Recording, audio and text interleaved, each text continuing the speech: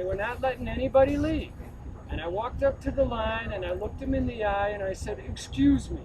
And they moved.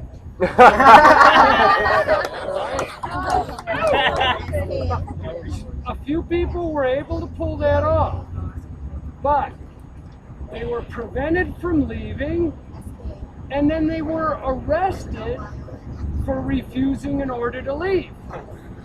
Okay?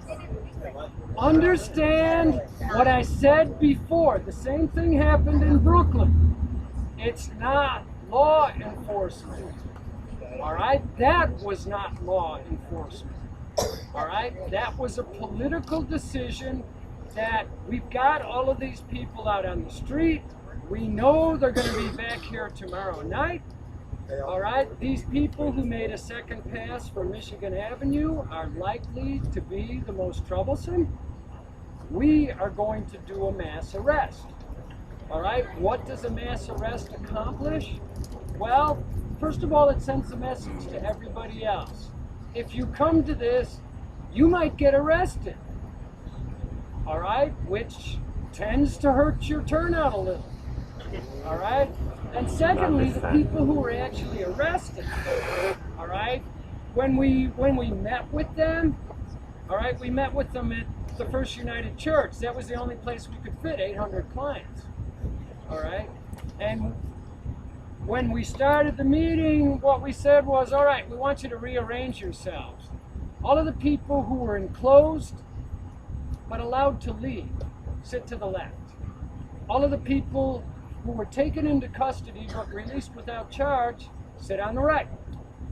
Everybody who was arrested, booked, and charged, sit in the middle. That was the big group. That was the big section of the church. All right, everybody played their musical chairs. It became really obvious once we looked at that group, who did they arrest? They arrested the organizers. Okay, they arrested the lawyers. Okay, and that's, you know, I told you I was going to explain why I don't wear my hat. That's why. All right? I like this. Oh, I'm one of those radical lawyers. We want you. Whereas again, just like this, I'm indeterminate corn-fed white boy in a jacket. Don't fuck with them. And, okay, so they had the organizers, they had the leadership, they had the lawyers. Everybody else, overwhelmingly young, female, people of color, easily intimidated, vulnerable. All right? And we talked to all of those people, and a lot of them, justifiably, okay? When you talk to them, it's, I never did anything like that before, and it was a terrible experience, and I'm never going to do anything like that again. Okay? Because it is a terrible experience. I mean, what they do on a mass arrest, what they did with them, all the men go down to 800 East 111th Street, as far down on the southeast side as possible. All the women go to 5500 West Grand. Okay, they're taking them all to just these two police stations. Takes them forever to process all these people. Well, they're sure not showing up the next night, are they? Okay, and they're all going to think twice about ever doing anything like this again. All of those charges went nowhere. Finally, after years of litigation, the 7th Circuit held, well, yeah, if you prove it actually happened that way, it was illegal. What's the message? The message is, again, it ain't law, it's politics. It's politics. That's what happened on the Brooklyn Bridge. They made a decision.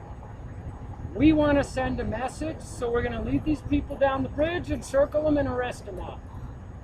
Another thing you saw in New York, which was unusual, and I don't know if people notice this, I noticed it. Usually, when a police officer gets out of control, it's a patrol officer. The guys in the white shirts, they're there to make sure the guys in the blue shirts don't lose it. What happened in New York? Something very unusual. Okay, you look at the videos of that first mix up with the cops. You got all of these blue shirt guys keeping the crowd under control. Everything's going reasonably well. Then a pack of white shirts ends up on the street and things go to hell in a handbasket. Those were not out of control cops. That was people on the top who had orders. Go fuck this up. White shirts don't behave like Tony Baloney by accident. White shirts do not behave like those white shirts because they're angry or pissed off. White shirts act like that when they want to send a message. That was deliberate. Okay? That was deliberate, and it was not law enforcement. Okay, that Tony Baloney hitting those women with the pepper spray, that was an aggravated battery. Absolutely. Is he going to get arrested for it? Well, who's going to arrest him? All right? He committed a crime. Everybody saw it. It's on video. He ain't going to get arrested for it because he was taking his orders. All right? So be aware of that, and remember, his question relates back to what I was saying at the beginning. This is not law enforcement, it's low intensity warfare. Use your heads. Use your heads. Okay? Think. Be paranoid. You can win if you just remember what it is you're doing. Yes? Just a really quick question. Is Ron Emanuel like any scarier than Father Daly, his tactics? I mean, do you think we should worry like that? Google his father. I know his father. I know it very well. That's what I mean. I don't know all about Well, you know, some of my lawyer friends will probably disagree with me. Big difference. That was a police riot. That was a bunch of blue shirts who went nuts. Okay? That was a bunch of the 68 convention. Right there. All right? That was cops on a rampage. All right? What happened with the arrest of the 800, that was not a police riot. All right? And hey, remember, I mean, people have weird memories about these things. Daley appointed a commission after that to study what happened. His commission decided and said that was a police riot. Okay? Here's something to keep in mind. All right?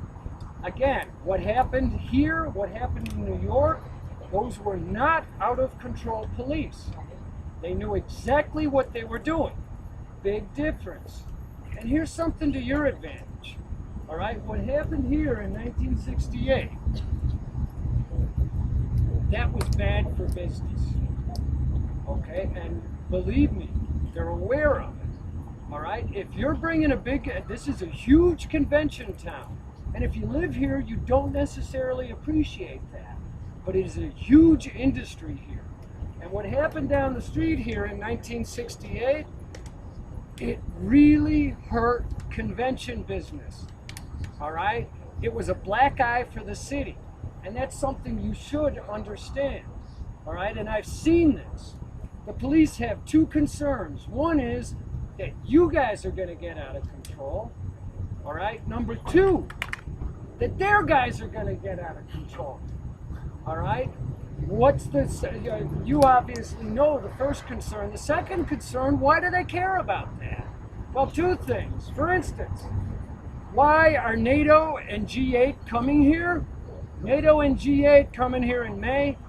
They know wherever they go, there's going to be trouble. Yeah. All right? There's going to be people on the streets mixing it up. So why are they coming to Chicago?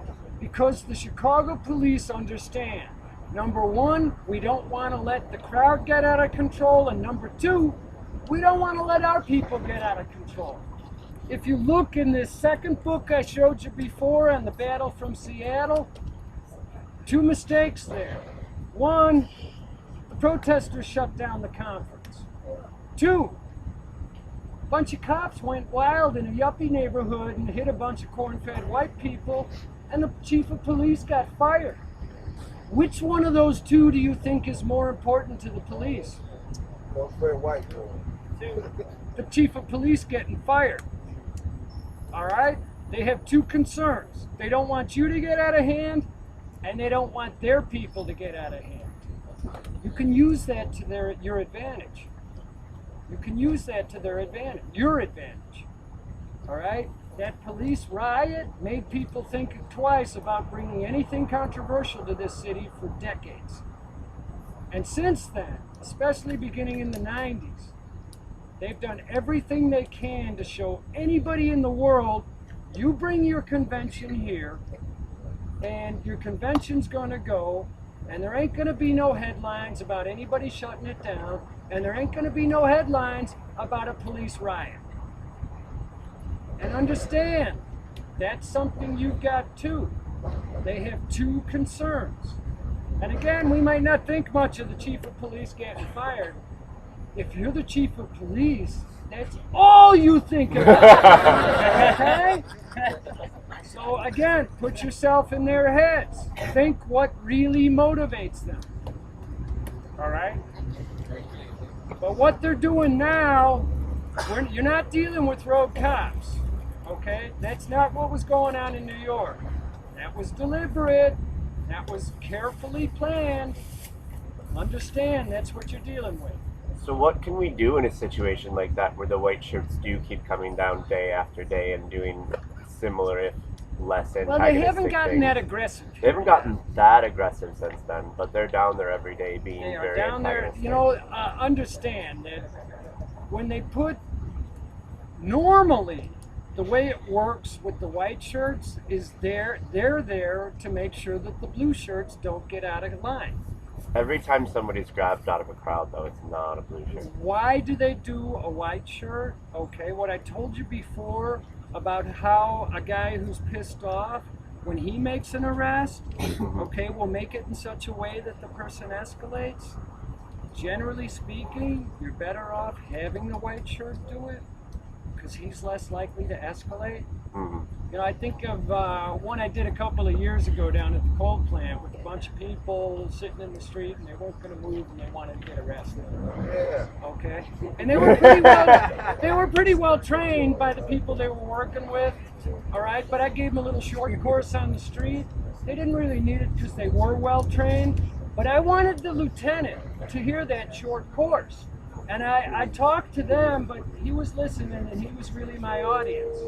And I reiterated that sometimes a police officer will create a resistor because he wants to hurt you. And the lieutenant, I'd already talked him up. He had a master's in psychology, specializing in police psychology from Northwestern. He was no dummy, and he realized, oh yeah, I better handle this myself. Okay, so when he went to arrest these people, he didn't just have one of his flunkies do it, he did it himself. Because he wanted to make sure it didn't go bad. And he did each and every, he had a police officer on either side of him, but he crouched down and said, okay, I'm arresting you now, will you come? And he'd carefully walk each one into the van. That's usually what's going on with the white shirts. They're going to handle the interaction, all right, at least in a political situation, because they can't really trust the blue shirts to do it, okay, or they don't feel they can. There are special orders on First Amendment activities, all right? I mean, one of the biggest problems I've always dealt with is what I call random cop syndrome, all right? Somebody's doing some kind of action. First one on the scene is some random cop, all right? And, you know, it's a problem because sometimes they see something they don't understand, they default to fascist. All right? So, you know, especially, I mean, I'm always very nervous about random cop syndrome. The police department orders are, when a police officer arrives on a scene and sees a First Amendment activity, he's supposed to stabilize the situation and call it in and get instructions from a superior, a white shirt, usually a sergeant. All right? We like that. We'd rather have somebody who's thinking and not reacting deal with the situation. They don't always follow their orders, and even if they don't,